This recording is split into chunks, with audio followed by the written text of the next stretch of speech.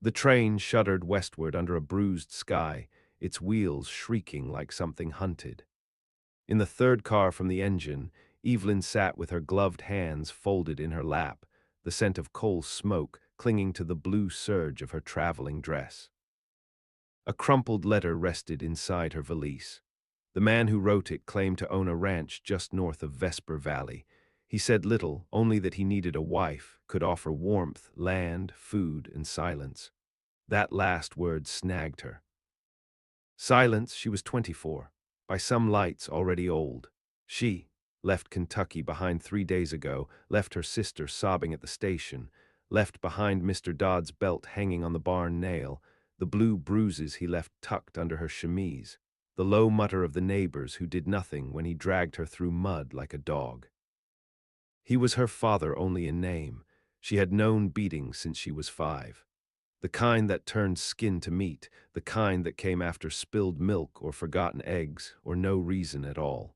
The kind that broke the cry right out of her. That's how he liked her, silent. When the train finally groaned to a stop at the Vesper station, the platform lay near empty. Wind knifed through the slats in her boots, and the snow underfoot was gray with soot. She stepped down with her valise in one hand and turned toward the far end of the platform, where a man leaned against a post, hat low, eyes shadowed. He didn't hold a sign, didn't wave. Just looked at her in a way that said he'd been waiting. "Evelyn Harper," he said. She nodded once. "I'm Matthew Calloway, got the wagon down the hill." He didn't smile, he didn't offer his arm. But something about his voice, roughened like dried cedar bark, didn't strike her as cruel, just restrained. He walked ahead, expecting her to follow. The road north was little more than frozen ruts through drifts and scrub pine. Matthew said nothing for nearly half an hour. The wind howled. She kept her arms around her coat, teeth clenched. Just when she thought he might go the whole ride without a word, he said, "You ever see snow like this?" "No," she answered. "Hogs freeze where they stand some winters. Learned that the hard way." She watched his hands on the reins, broad, red-knuckled, scarred, not delicate hands, but they didn't tremble. They didn't twitch the way her father's had when he drank.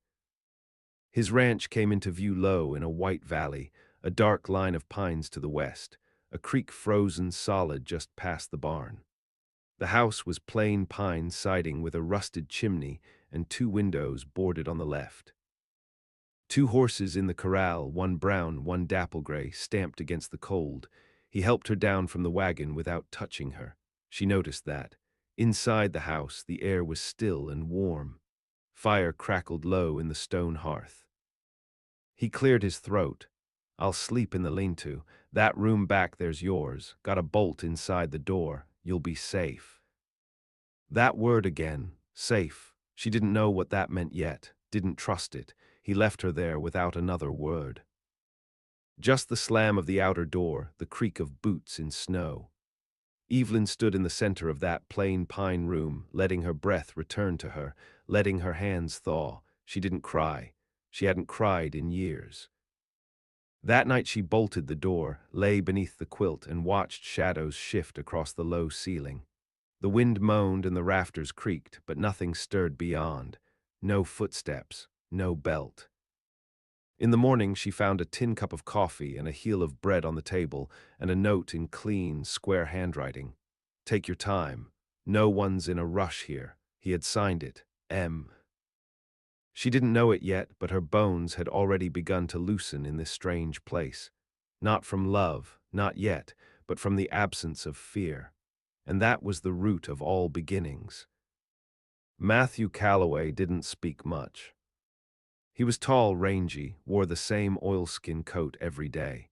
She learned he'd fought at Shiloh, carried 2 bullets still, lost a brother and came west with no real purpose but to be left alone. He let her be. Never crossed the threshold to her room, never raised his voice. The third morning she woke to find her valise moved, just slightly. Panic flared, but it faded when she saw the folded parcel beside it, a fresh dress, navy calico. Fine stitching, her size. A single tag pinned to the collar, yours. She didn't know how to wear gratitude, but she put it on anyway. That afternoon, he taught her how to feed the pigs. Said nothing when she dropped the pail the first time, just picked it up and let her try again. His silence wasn't heavy. It left space for breath. Evening meals were quiet. Salt pork, beans, hard bread, once or twice a thin stew. He didn't stare at her, didn't watch her eat, just sat across from her like a man who knew how to be present without taking. It unsettled her more than rage ever had. He didn't ask about Kentucky. She didn't ask about his brother. Some nights he read aloud from a tattered psalter, never preached, just words for the fire to chew on. One verse made her pause: love suffereth long and is kind, love envieth not, is not puffed up. She didn't understand what kind had to do with love, not yet, but she wanted to know. One night she woke screaming, dreamed of the strap, dreamed of being dragged by the wrist through sawdust and chicken blood. She woke gasping, nails clenched into her own throat. For a moment she couldn't tell where she was, then she heard it, slow boots on the porch, one knock. You all right? She didn't answer, the boots didn't move. Evelyn, he said again, voice low. If you need anything. Nothing else, just that, and silence. She got up, unbolted the door. He didn't step in, just stood there in the cold with his hat in his hands. She met his eyes, and for the first time didn't flinch. I'm sorry, she whispered. You don't owe me that. She stared at him until the wind burned her cheeks. You ever hit a woman? She asked. No, he said. Ever want to? He looked away, jaw twitching. Not once. She stepped back into the room and left the door open behind her. He never crossed the threshold, but something changed in her that night. Not trust, not hope, but the first soft shift of a life long hardened. A breath returned to her ribs. It would take seasons yet before she learned to love him. But that night, for the first time since childhood, she slept without dreaming. Spring in Vesper came late and mean, the snow melting into mud that swallowed boots and rusted tools. Evelyn learned to walk with a staff when she crossed the yard, balancing like a crow on shifting ice. The pigs rooted deeper. The hens laid fewer eggs. A stillborn calf collapsed in the thawing muck, eyes wide as if startled by death. Matthew buried it without a word. He'd started leaving the house earlier. Fence repairs, firewood cutting, mule shoeing, the work of a man who didn't believe in rest. He left coffee and bread for her each morning, and sometimes notes beside them. Just scraps, always in that same steady hand. Pond's thawing, best not go near it. New knife in the drawer, yours if you want it. You did fine yesterday. She read them twice, never replied. But her hands worked differently afterward, faster, steadier. Less like she was being watched, more like she could own her own motions. By mid-April she could start the fire herself. By May she cooked dinner without trembling over the knife. The sound of flint against steel no longer made her flinch. When Matthew returned each evening, he washed his hands and sat at the table with a nod, and the silence between them had begun to soften. Not comfort yet, but something close. The first time he called her Evie, he didn't mean to. They were branding a heifer that had gone loose the week before, cornered it against the dry creek bed. She held the rope taut, arms locked, boots braced. It kicked wild, nearly tore free. He caught it behind the shoulder, wrestled it down, pressed the iron firm to its flank. The stink of seared hair rose like old death. You all right, Evie? He asked, not even looking up. She froze. The name clung to her like smoke. No one had called her that since her mother died. Yes, she said, not knowing whether to be grateful or afraid. He didn't say it again for a long time. There was a pistol above the mantel. She noticed it one storm-heavy afternoon when she stayed in to mend a tear in the quilt. A Colt Navy, worn but clean, its barrel still oiled. When he came in from the barn, drenched and tired, she asked him what it was for. Coyotes. Strays just in case. You ever use it on a man? He looked at her, not hard, just level. Once. She waited, but he didn't say more. Did he deserve it? Yes. She didn't press further. She knew the weight of silence when it held truth like a stone in its fist. Later that night, she stood by the fire and studied the pistol while he sat nearby mending a bridle. His hands were gentle with the leather. Her voice came quiet.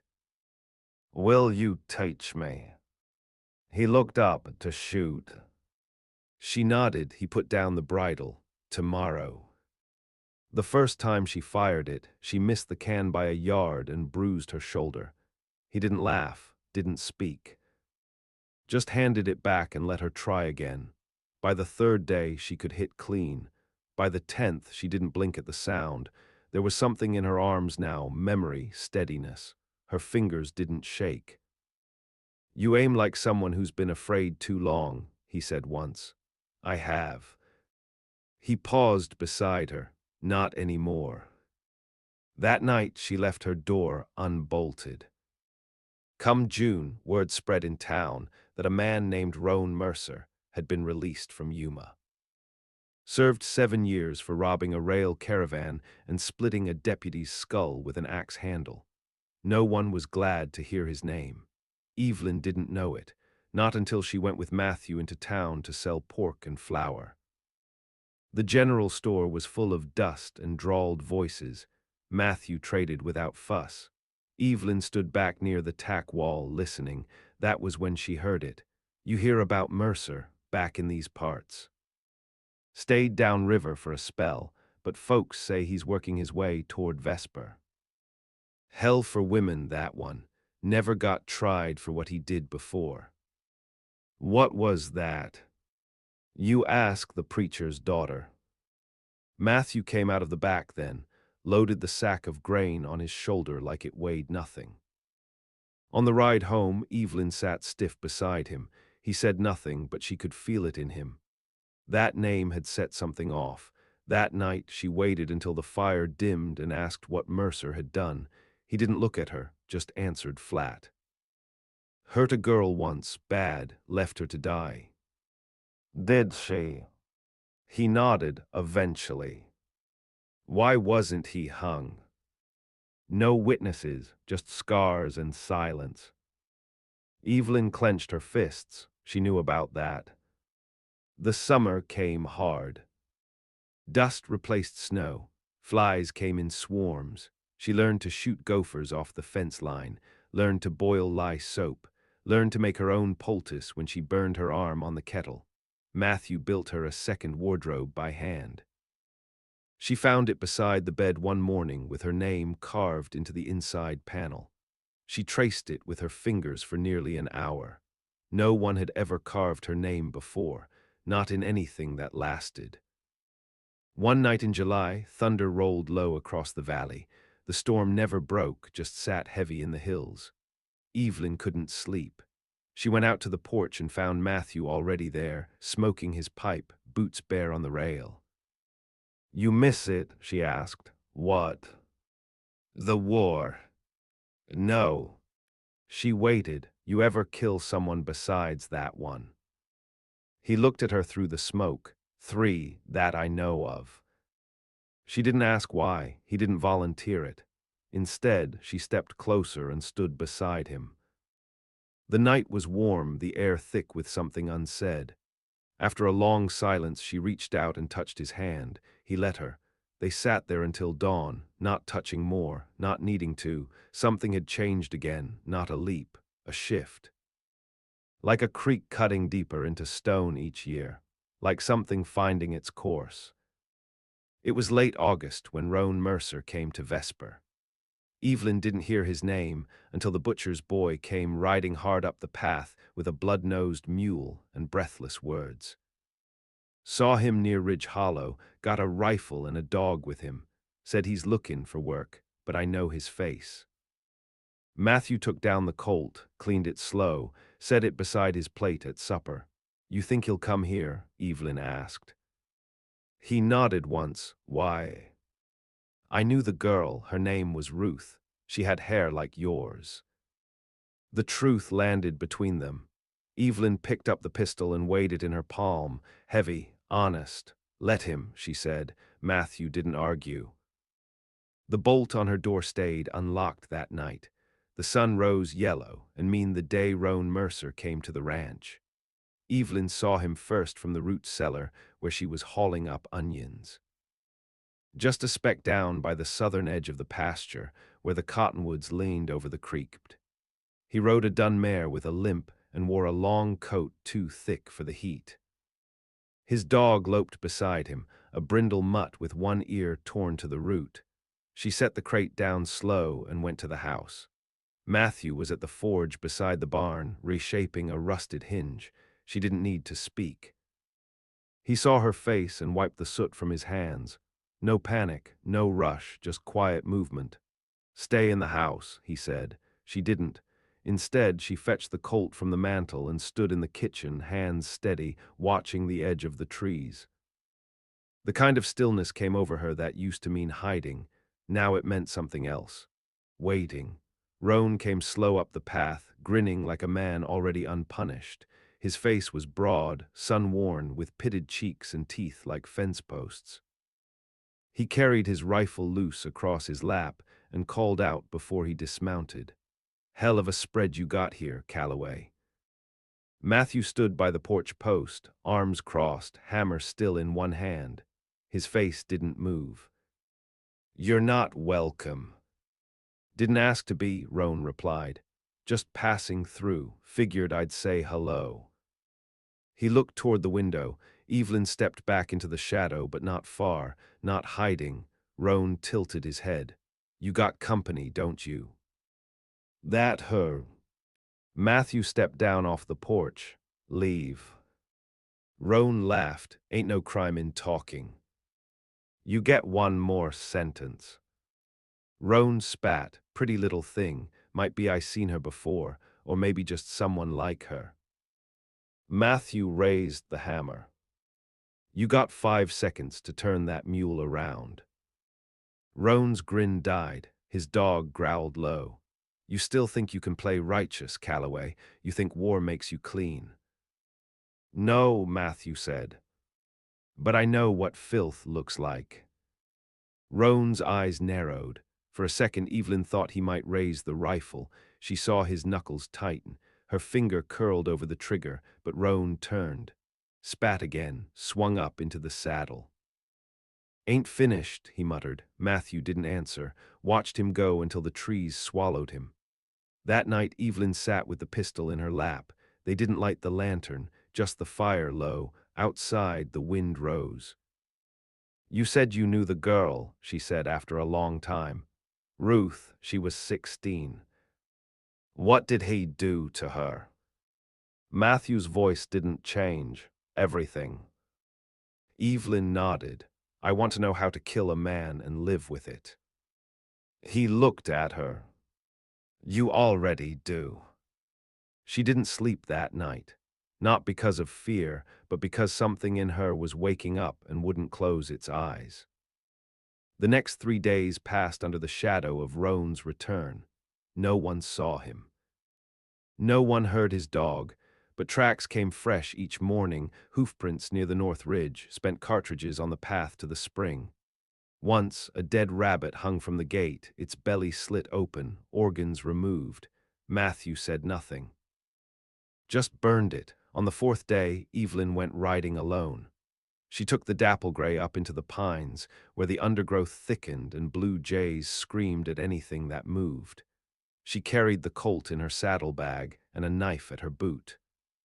She needed to feel the forest again, to learn how sound worked when you were alone, not hunted, not caged, just aware. She found him just past dusk. He wasn't looking for her. He was setting snares beneath a bluff, whistling low, unaware. His coat was slung over a branch. His dog gnawed a deerbone in the shade. Evelyn stepped down from her horse and moved like wind over stone. She didn't draw the pistol. She drew the knife. She got within 6 feet before he heard her. He turned too slow. "You." She didn't speak, just drove the point into his thigh, straight through the meat, angled up toward the groin. He howled, fell. The dog lunged. She fired once into the air, and it fled. Roan writhed in the dirt, clutching the wound. She stood over him. That was for Ruth, she said. He bared his teeth, tried to rise. She kicked his wrist. He screamed again. You gonna kill me, girl? Not today. She left him there, bleeding and snarling, his breath wet with pain, took his rifle, took his boots, left the snares unsprung. She rode back before the stars had fully risen. Matthew was on the porch. Was he there? Yes. He looked at her, at the blood on her skirt, at the rifle slung across her back. You all right? She nodded. He didn't ask more. That night she bathed in cold water behind the house, then crawled into bed and lay on her side, facing the wall. The next morning the dog came back without its master. Roan Mercer was never seen in Vesper again. September came hard. The sky cleared, but the air turned mean. Evelyn took over the books, tracking the feed stores, counting the winter grain, writing neat ledgers in a brown journal with leather covers. Matthew watched her sometimes from the barn door, not like a man watching a woman. Like a man trying to understand how something broken learns to build. They didn't talk about what happened in the woods. She began to sleep with her door open every night. He never crossed it, but his boots came close. Sometimes she woke and heard the floorboards creak just outside. Sometimes he left water by her bed. On the equinox, he asked her what she wanted for her name. She was cutting apples. What do you mean? You never said if you wanted mine. She looked at him long and still, the knife paused in her hand. Not yet, she said, but maybe soon. He nodded once, no hurt in it, just quiet agreement. That night she wrote her name on the inside of her journal. Not his, not her father's, just Evie, nothing more, nothing less. She didn't know it yet, but she was learning how to live, not survive, live. It was the smallest things that taught her, the weight of her own handwriting, the warmth of a kitchen she'd built fire in, the fact that no one came when she spilled something, no one shouted when she dropped a dish. The silence here was not the silence of threat, it was space. By October, she loved the wind. By November, she loved the horse. By December, she could admit she might, one day, love the man. But not until she'd buried the last of Kentucky in her bones. Not until she'd said goodbye to the girl who'd slept under belts and flinched at kindness. Love would come, but not like lightning, like thaw. Slow and certain, reshaping the earth without asking, and when it came, it would stay. The first snow fell in silence, just after the final sheep was brought down from the ridge. Evelyn stood in the doorway and watched it drift, light, slow, without weight, like a hush laid over the valley. She'd never seen snowfall from the start before. In Kentucky, snow had always arrived as aftermath. Slush, cracked ice, angry footprints. Here, it came like a blanket laid over the world by a careful hand. Matthew came in from the barn, his coat powdered white, beard catching flakes like threads. He shook himself near the stove and nodded once, the way he always did. She poured coffee without a word and set it on the table. He didn't touch it right away. Just sat, hands resting like anchors, and watched her.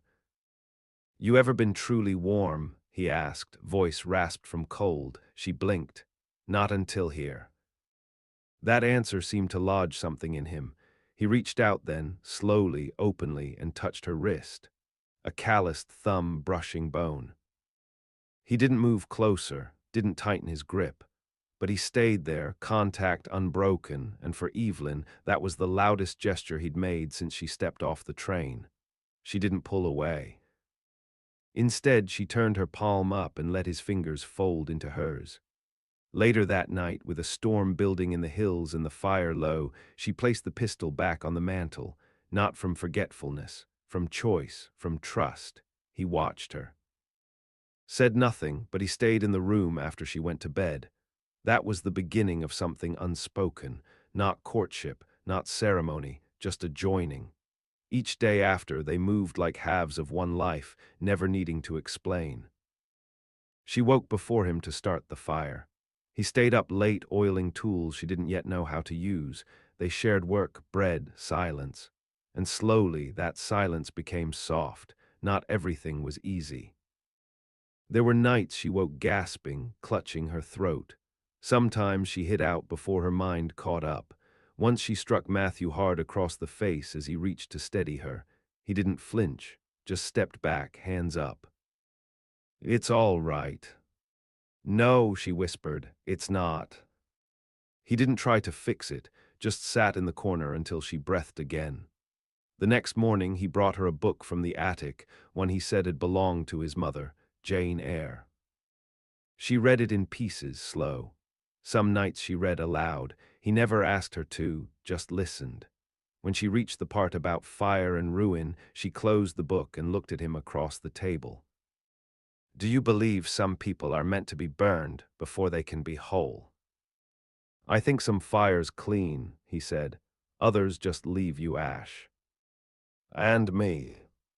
You're still burning." December deepened. Ice thickened at the creek mouth. The pig stayed inside. The mare grew sluggish with pregnancy. Evelyn made soap, brewed bone broth, mended the sleeves of his only good shirt with red thread. When she asked him once why he never bought new clothes, he answered, "Some things you keep, even when they don't fit right no more." She knew he wasn't talking about the shirt. One evening she went into town alone, her first time since Roan Mercer disappeared. The butcher's boy tipped his hat and asked if she'd be teaching his sister how to shoot come spring.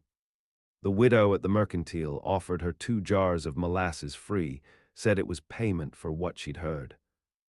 No one said Roan's name. But everyone knew. She rode back through twilight, the air cut glass against her cheeks, her coat too thin. She didn't mind. Cold was different now. She had skin again, a body that obeyed.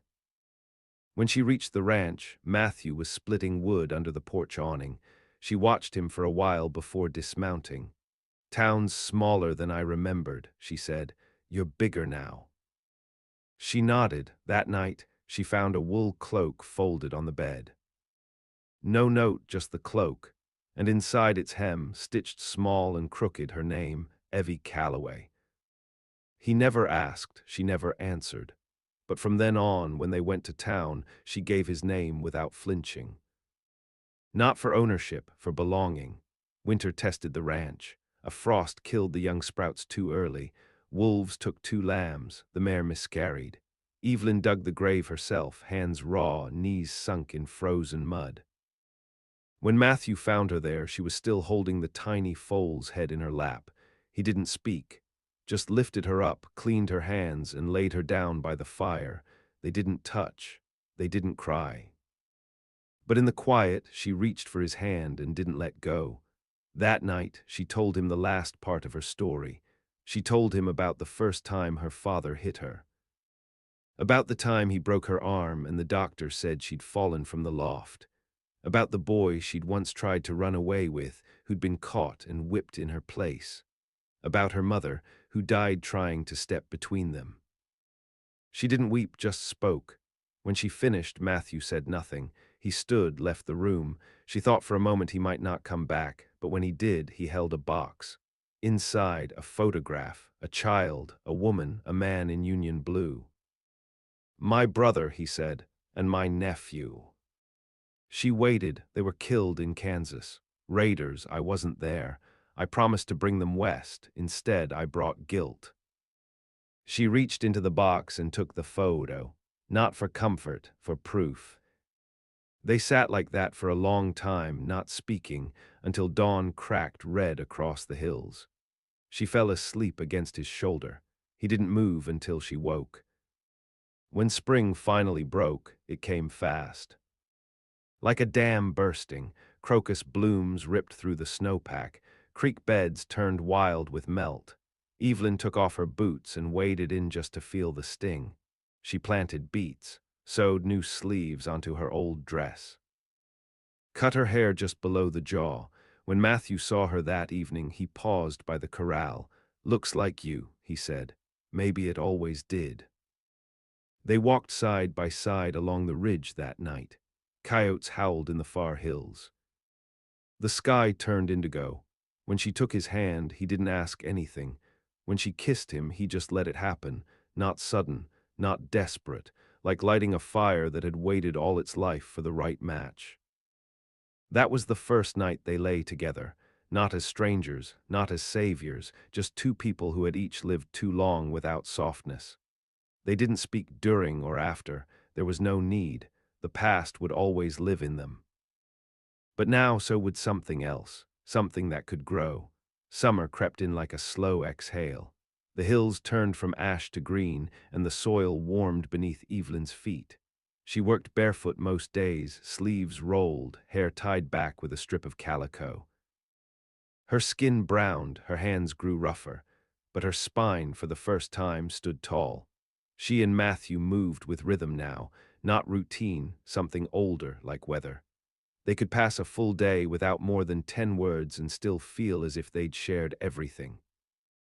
He built her a bathhouse beside the creek, paneled with salvaged pine and crowned with a crooked chimney.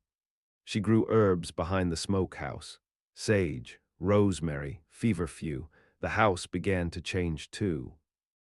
He carved new cabinet handles from antler, set a shelf above the hearth for her books. She stitched a red curtain for the front window. At first he said it would be too bright. By the next week he called it lucky. But not all things softened. One morning a letter came, brought by the preacher's boy on a mule with a limp. No return name, just black ink on the envelope. Matthew set it on the table and said nothing. Evelyn opened it with a knife. Inside, 2 sentences scrawled in her father's hand. "You left something behind, not money, not guilt. Come get it or I'll make sure the law finds you." She didn't tremble, she didn't flinch. But she sat down slow, as if the weight of that name still lived in her knees. Matthew read the note over her shoulder and asked only one question. What did he mean? She shook her head. "I don't know, could be a lie, could be a child.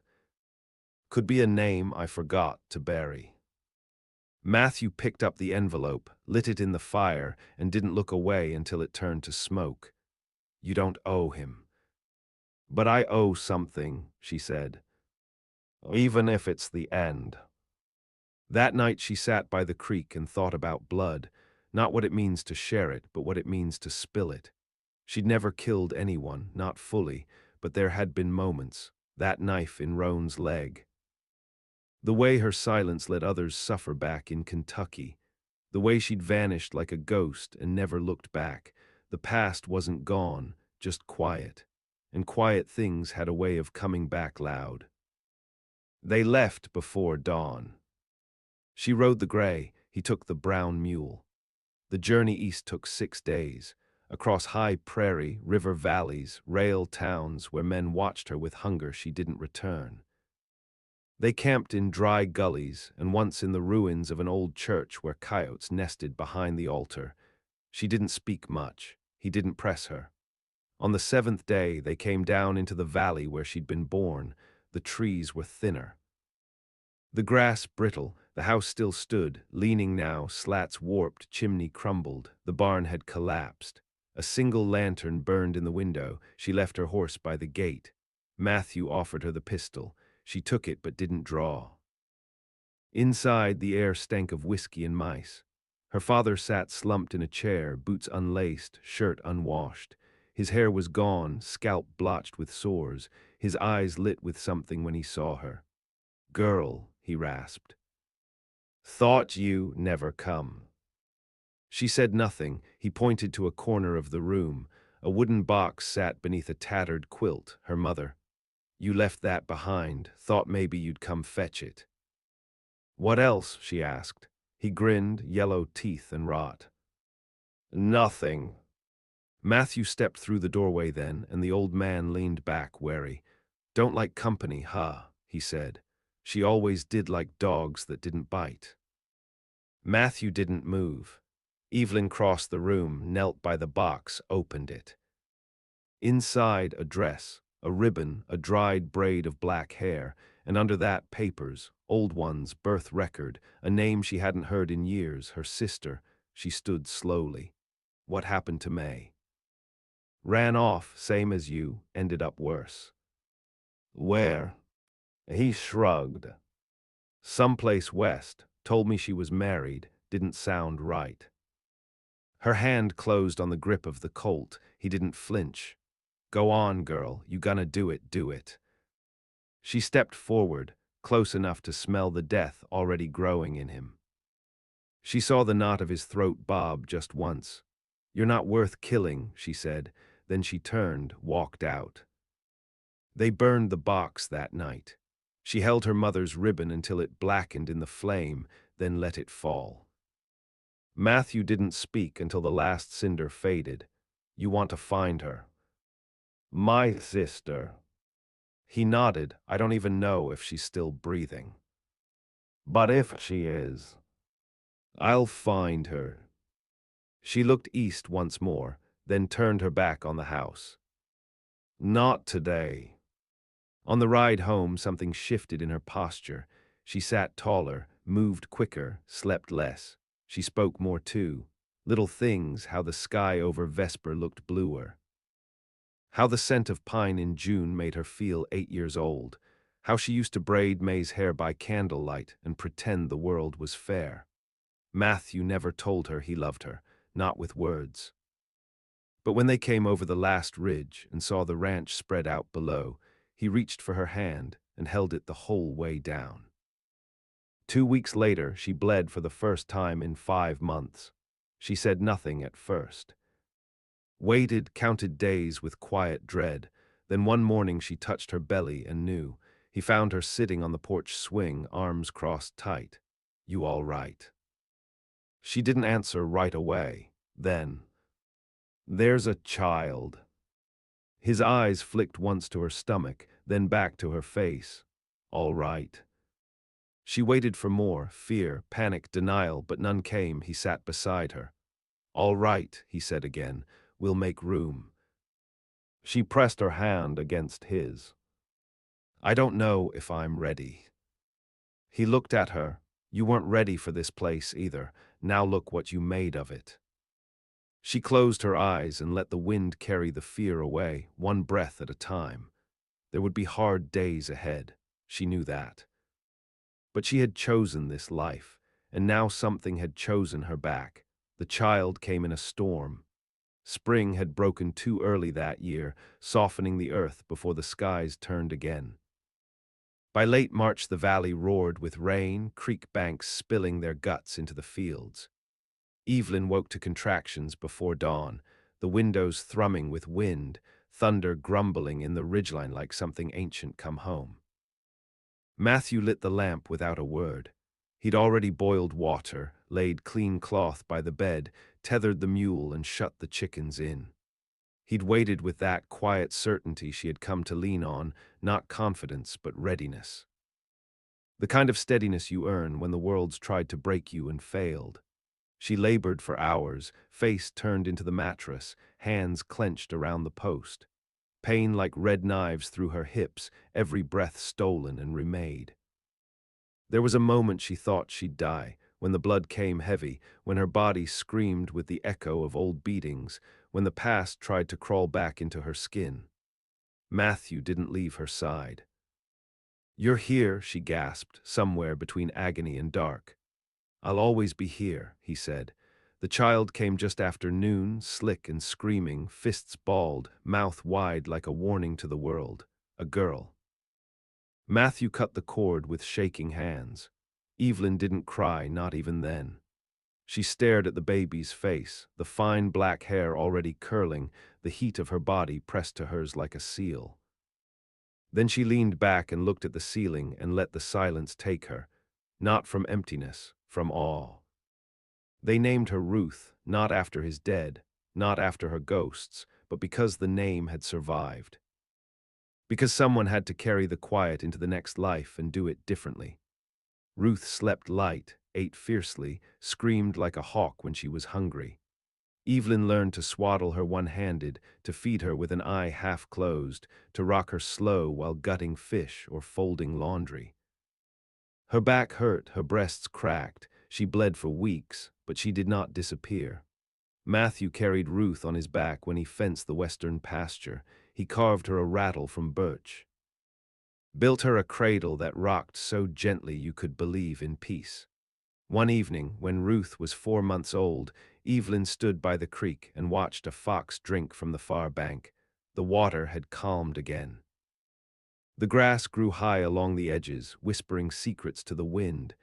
She looked down at the child in her arms, brown-eyed, stone-faced, already solemn. "I'm not afraid for you," she whispered. She meant it. The ranch grew. A second barn went up with help from neighbors who once stared too long and now offered strong backs and quiet nods. Evelyn taught the butcher's sister to fire a pistol and taught the blacksmith's boy how to bind a wound. In the fall, she helped midwife the preacher's wife through a breech birth, hands deep in blood and prayer. They began to call her Mrs. Calloway in town. She never corrected them, not because the paper said so, but because she had earned the name. She and Matthew never wore rings. There was no ceremony, no preacher, just a child, a house. Two hands held over a fence rail in winter, the kind of bond that didn't ask permission. They still had hard nights. Ruth grew sick once with fever and nearly slipped away. Evelyn stayed awake 3 days beside her, singing broken lullabies into sweat-soaked skin. Matthew dug a grave and filled it back in when she lived. Old wounds still woke Evelyn sometimes, in dreams, in smells, in the way certain men looked at her when she rode into town, but she did not live in those places anymore. She returned to them now and then only to measure how far she'd come. She wrote letters to Kentucky once a year, sent no return address, just words to May. "If you're alive, I am too. If you're alone, you're not. There is a place here, I made it." She never got a reply, but she kept writing. Ruth turned 6 the year the last wolf came down from the hills. It took a goat and cornered her near the woodpile. She didn't scream. She stood tall, small fists raised. Evelyn found her there, eyes locked with the beast frozen mid-step. She fired once. The wolf fell. Ruth didn't look away. Later, Evelyn held her on the porch and asked, "Were you scared?" Ruth shook her head. "I knew you'd come." Matthew stood nearby, arms crossed. "She's yours," he said. "No," Evelyn replied, "she's her own." But she smiled. The land bore fruit, not easily, but surely. Evelyn planted apple trees and buried a braid of her own hair beneath the roots. Come harvest, they bore small, bitter apples with red streaks down the middle. Ruth called them blood hearts. Matthew laughed like a man who thought joy was something you had to dig for. And when Evelyn took his hand that night, in the shadow of the trees, she said it for the first time, not because it was needed, but because it was true. "I love you." He didn't answer, just pressed his forehead to hers and let her say it again. Years passed, Ruth grew strong, Matthew's hair went gray. Evelyn planted lavender beside the porch and watched the bees come and go with the seasons. They built a bigger corral, took in a neighbor boy who lost his father to fever. He helped mend fences and learned to cook under Evelyn's sharp eye. Sometimes she thought about her father's house, the room she left behind, the woman she'd been before all this. But mostly, she thought about the girl who'd arrived on a train with nothing but a valise and a letter and a heart full of fear. That girl was gone now. And in her place stood a woman who had learned that love, real love, wasn't soft. It was steady. It was quiet. It waited. It bled. It held fast through fire and ruin and returned with clean hands. It did not flinch. One cold autumn morning, Evelyn stood in the doorway with Ruth, now 10, her boots too big, her eyes sharp. Together they watched the hills turn gold. The wind carried the scent of frost and pine. Matthew was mending the fence. The sky above them stretched wide and gray and endless. Ruth looked up. Are we safe here? Evelyn thought for a moment, then nodded. For now, and when we're not, we fight. She laid a hand on her daughter's shoulder. And in that moment, brief, bright, and wordless, everything she had endured, every wound, every mile, every silence came to rest. Not forgotten, but carried, and never alone again.